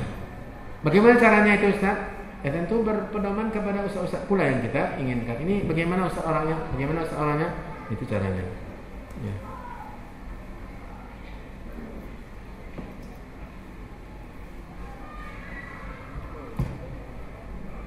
Ini Pak, silakan. Indahnya cinta karena Allah. Ini pembahasan kita. Baik, pertanyaan kedua. Assalamualaikum Waalaikumsalam warahmatullahi. Bagaimana cara agar cepat kira-kira apa ya? Hah? Bagaimana cara agar cepat mendapatkan jodoh yang saleh dan salihah yang sama-sama mencintai karena Allah Ta'ala? Ini pertanyaan bagus sekali. Cara mendapatkan jodoh yang saleh salihah adalah menjadi orang saleh pertama. At-tayyibuna lit-tayyibat wat-tayyibatu lit-tayyibin. Ya. Ini yang pertama sekali, kita harus saleh. Kita harus beriman, kita harus bertakwa. Ya. Itu caranya. Kalau kita tidak bertakwa dan tidak saleh, ya, bisa jadi memang kita menikah dengan seorang yang saleh atau salihah, tetapi tidak lama Allah nanti akan memisahkan, atau Allah Subhanahu wa taala memberikan kita hidayah pada ujung-ujungnya. Tetapi sekarang kan permulaan kita memilih. Kalau memilih, maka kita harus menjadi orang yang saleh atau salihah terlebih dahulu. Yang kedua, minta kepada Allah. Minta kepada Allah. Ya. Meminta kepada Allah agar diberikan jodoh yang saleh dan salihah. Di antara doanya apa? Rabbana hab lana min azwajina wa dzurriyyatina qurrata a'yunin waj'alna lil muttaqina imama. Ini termasuk doa itu. Ya. Menjadi pasangan kita, jodoh kita dan keturunan kita nantinya, ya, orang-orang yang menjadi penenang hati, pelembut jiwa, membuat kita berbahagia, dan menjadi imam, menjadikan mereka adalah orang-orang yang bertakwa yang kita imamnya. Jadi kalau kita imam orang bertakwa, harus kita bertakwa terlebih dahulu. Dan memang takwa ini solusi untuk segala kebaikan. Wa may yattaqillaha yaj'al lahu makhraja. Barang siapa yang bertakwa kepada Allah, maka Allah bukakan kepada jalan atau solusi untuk mencari jodoh yang terbaik, takwa. Ya. Jadi perbaiki diri dengan takwa, dengan iman, dengan amal soleh, kemudian berdoa, kemudian lakukan cara-caranya. Ya. Biasanya orang soleh itu orang yang berada selalu di majelis-majelis ta'lim. Jangan cari di pasar, jangan cari di mall. Ya. Ya. Tetapi cari pada tempat-tempatnya. Ini biasanya. Ya. Jangan cari di media sosial juga. Ini cara yang tidak tepat. Ya. Berkenalan di Facebook lalu menikah. Ya. Awalnya laki-laki itu menasihati jam 3 dini hari, bangun ukti, salat malam yuk. Ini tidak tepat ini. Ya. Ini cara yang tidak tepat. Modusnya dakwah nasihat, tetapi ini termasuk perangkap-perangkap syaitan. Ya. Kalau memang ingin, cari dengan cara yang benar, sebagaimana para ulama-ulama dahulu, ya, mungkin dengan cara berkenalan dengan orang tuanya, ya. Karena biasanya buah yang baik itu dari pohon yang baik. Wal baladut thayyibu yakhruju nabatuhu bi'izni rabbih. Lahan atau tanah yang baik, tanah yang subur akan menumbuhkan tanaman yang baik. Ya, cari orang tua yang baik. Ya. Cari orang tua yang saleh. Insya Allah anaknya juga saleh. Ini ustadz ya, luar biasa ustadznya. Dan tahu anaknya sedang di pesantren, nah, itu dekati ustadznya. Ya, untuk dapat anaknya. Ini cara-cara di samping yang tadi kita sebutkan. Wallahu a'lam. Bagaimana cara untuk menumbuhkan rasa cinta kepada orang yang selama ini telah menyakiti kita? Apa dan bagaimana doanya? Berat loh. Iya. Apalagi dia sudah selama ini menyakiti. Ya tentu rasa cinta kita ya, karena Allah itu benar. Ya, pertama memaafkan. Ya, memaafkan orang yang sudah terlalu banyak menyakiti. Hati ini sudah sudah tersayat-sayat oleh perbuatan dan tingkah lakunya, sudah benar-benar pedih. Ya, sulit untuk menyembuhkan, tetapi pahalanya besar. Ada buku karangan Syekh Abdul Razak bin Abdul Muhsin Al-Abbad, hafizahullah taala, guru kita. Alhamdulillah sempat saya baca dan saya tamatkan di salah satu bulan Ramadan di salah satu masjid di Pekanbaru, yaitu Al-Asbabul Mu'inah ya, ala sabri ala adzal khalqi, sebab-sebab yang membantu kita untuk sabar menghadapi gangguan manusia. Nah, seperti tadi, selama ini menyakiti, bagaimana kita bisa sabar? Karena memang berat memaafkan, membersihkan, menyembuhkan luka yang sudah terlalu lama. Karena perbuatan dia ini pahalanya besar. Jadi tentu keinginan kita terhadap balasan dari Allah itu yang membuat kita kuat untuk melupakan kesalahannya. Ya, untuk memaafkannya, melupakan kesalahannya dan berbalik mencintainya. Apalagi orang yang bersalah kepada kita yang selama itu sudah menjadi orang yang baik. Ya. Orang yang baik sudah bertaubat. Ya. Nah, ini berat, tetapi tentu kalau tidak kita usahakan, tentu sulit untuk kita bayangkan bagaimana caranya. Cobalah dengan membayangkan pahala yang disediakan oleh Allah Subhanahu wa taala, karena di antara orang yang dicintai oleh Allah adalah orang yang memaafkan. Wal afina 'anin nas. Ya, wa'fu wasfahu, maafkan dan lapangkan dada.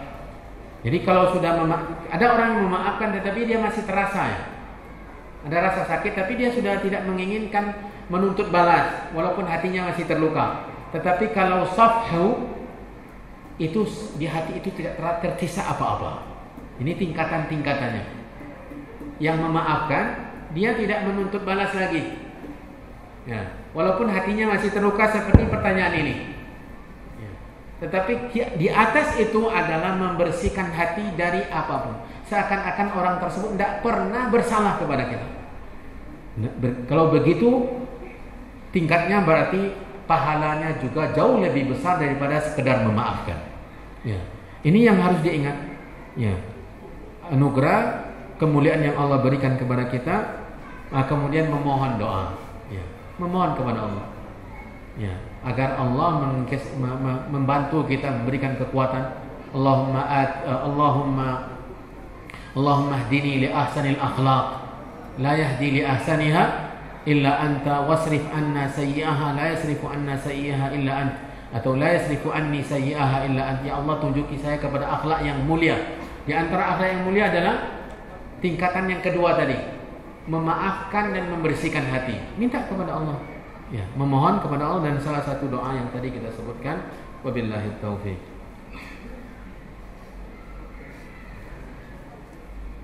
Kita jam 9 ya? Sepakat? Jam 9? Kalau jam 10 tidak sepakat.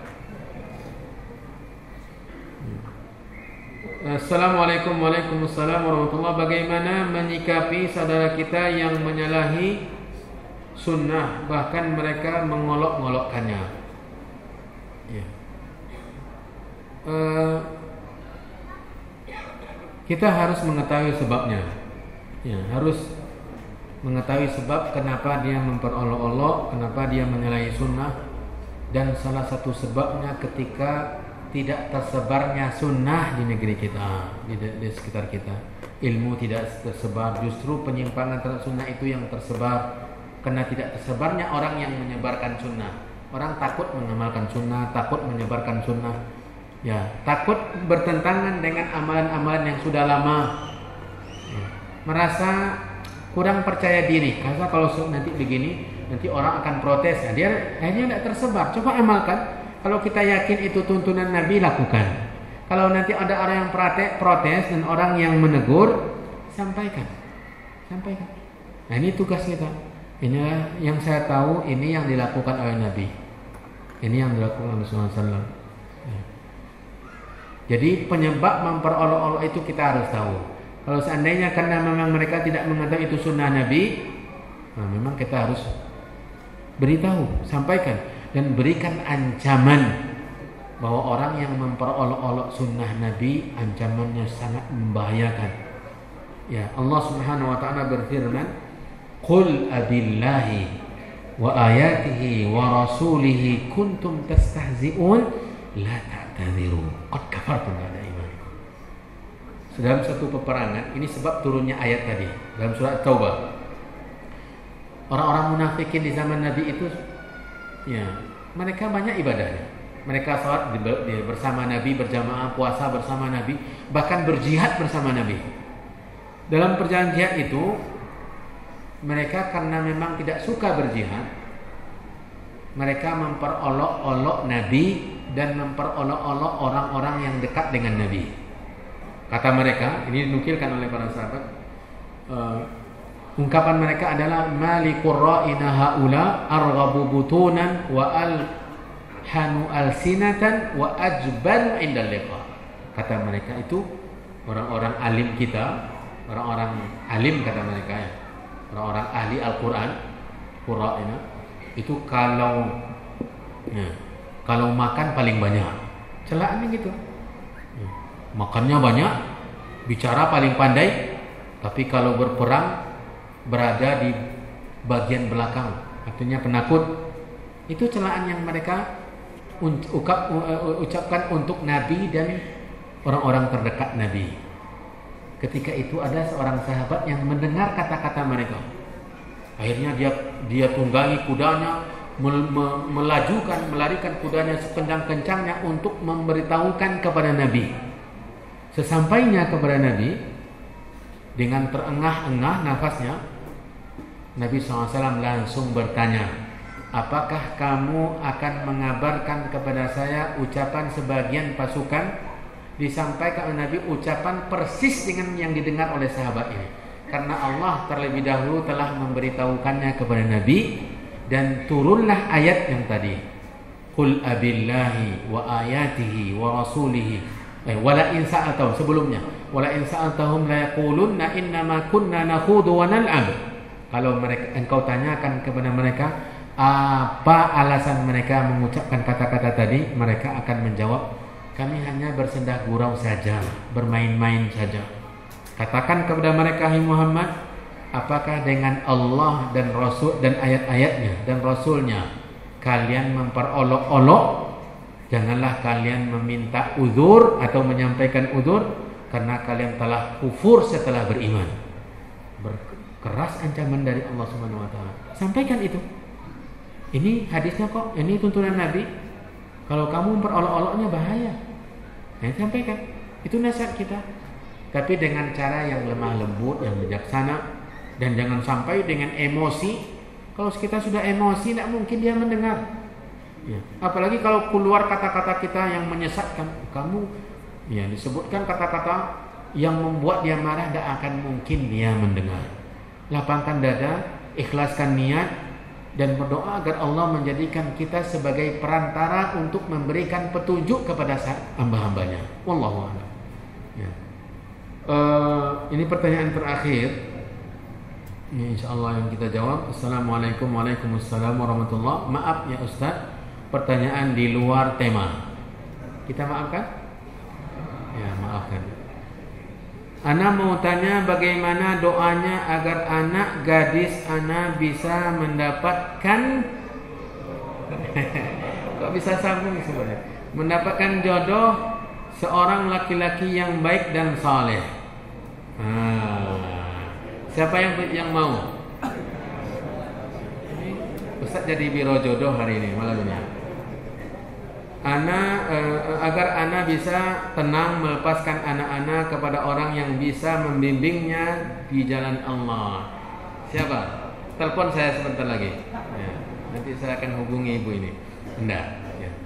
Ya, tentu kita pertama kali berdoa semoga ibu yang bertanya atau bapak yang bertanya ya diberikan oleh Allah jodoh untuk anaknya, seorang suami yang saleh, yang bertakwa, yang baik budi pekertinya, akhlaknya, yang rajin beribadah, yang benar-benar menjadi seorang suami dan orang tua, ayah yang saleh dan bertakwa. Ya, caranya seperti yang kita sampaikan tadi ya. Caranya seperti yang kita sampaikan tadi, anaknya yang perempuan tadi juga ditarbiyah, dididik, diarahkan kepada arahan-arahan agama. Kemudian jangan lupa berdoa untuk anak kita. Orang tua mustajab, doakan anak menjadi anak yang soleh. Kemudian cari, cara mencarinya seperti tadi, cari di tempat-tempat yang baik, cari di pengajian-pengajian. Insya Allah pemuda-pemuda yang sekarang ini ada di hadapan saya adalah pemuda-pemuda yang saleh, yang bertakwa. Insyaallah semoga diberi taufik selalu oleh Allah Subhanahu wa taala. Itu caranya, dan terus berdoa dan mungkin berkonsultasi dengan ustaz-ustaz atau dengan orang-orang yang lebih berpengalaman yang sudah punya menantu ya. Ya. Tanyakan, Pak dulu dapat menantu itu bagaimana caranya? Ya. Mungkin dia menantunya itu punya adik yang seperti itu pula, kan bisa. Ya, ini yang mungkin bisa dilakukan setelah kita mendoakan tadi. Dan mohon maaf masih banyak pertanyaan yang saya tidak mungkin menjawabnya karena waktu kami langsung ke Bengkulu ya malam ini juga, karena subuh nanti ada pengajian dan paginya juga ada tabligh akbar. Mudah-mudahan Allah SWT memberikan kita kekuatan dan kemudahan dalam beribadah. Lebih dan kurang saya mohon maaf. Sekali lagi jazakumullahu khairan atas kehadiran, atas segala usaha yang dilakukan oleh para ikhwan di sini. Semoga selalu diberikan taufik dan bimbingan oleh Allah dalam menyebarkan kebaikan. Wallahu taala alam, wa sallallahu wasallam wa baraka wa an'am ala nabiyyina wa rasulina Muhammadin wa ala alihi wa ashabihi wa man tabi'ahum bi ihsanin ila yaumiddin. Subhanakallahumma wa bihamdika asyhadu an la ilaha illa anta astaghfiruka wa atubu ilaik. Wassalamu alaikum warahmatullahi wabarakatuh.